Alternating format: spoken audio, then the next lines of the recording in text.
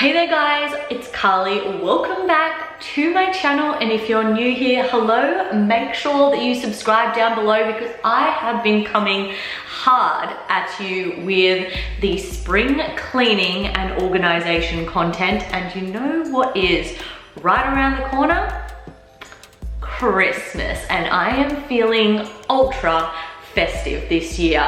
But today's video is all about the springtime garden. So if you guys are keen to see my garden transformation, grab yourself a cuppa and let's get into the video.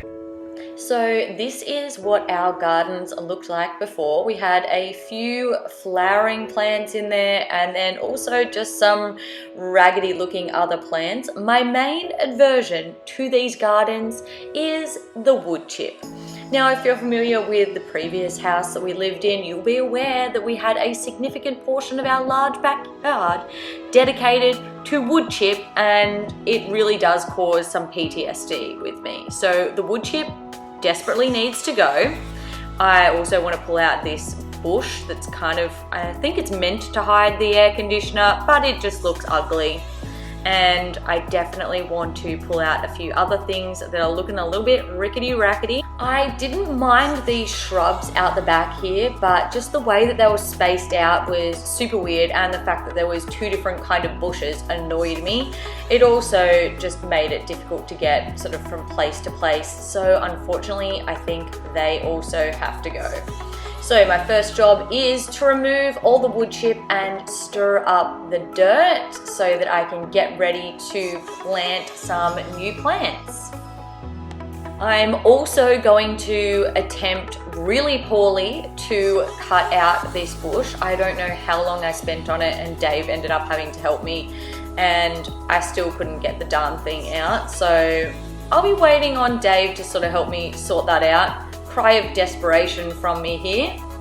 Now that the gardens out the front are prepped and ready for new flowers, I'm moving on out the back where I'm going to chop down those bushes.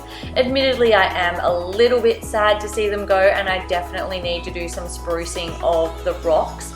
I might end up putting maybe some succulents in there just to sort of jazz up the space, but I do like how it makes that backyard area just feel a little bit more clean and tidy.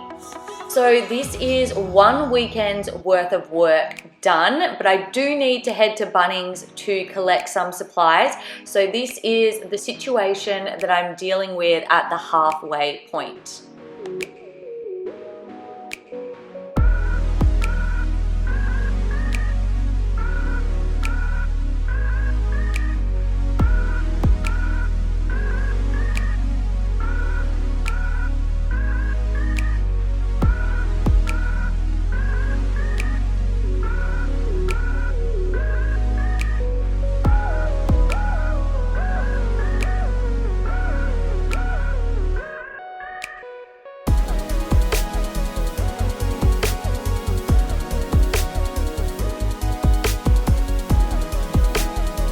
Next up, I headed to Bunnings and I wanted to get myself some nice flowering plants, ones that would kind of last me sort of year round and that I couldn't kill because I don't really have a green thumb.